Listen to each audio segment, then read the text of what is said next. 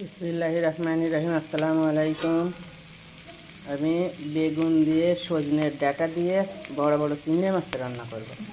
তার ঝাল দিয়ে সব রকম মশলাই দিয়ে দিচ্ছি, ভেজে নিচ্ছি ভালো করে।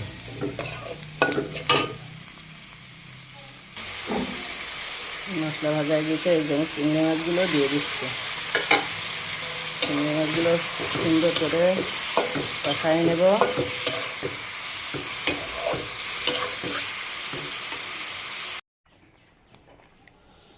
ঝোলের পানি উঠলে গেছে, আমি এবার বেগুনগুলো দিয়ে দিচ্ছি।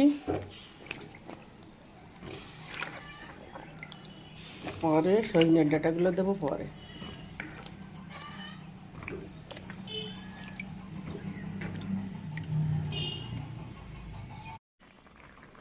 বেগুন সিদ্ধ হয়ে গেছে, এবার আমি এই যে সজনের ডাঁটাগুলো দিয়ে দিচ্ছি।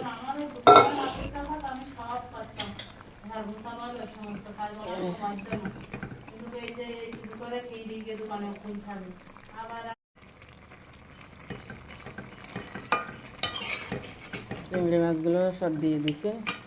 সজনের ডাঁটা এখনো সেদ্ধ হয়নি।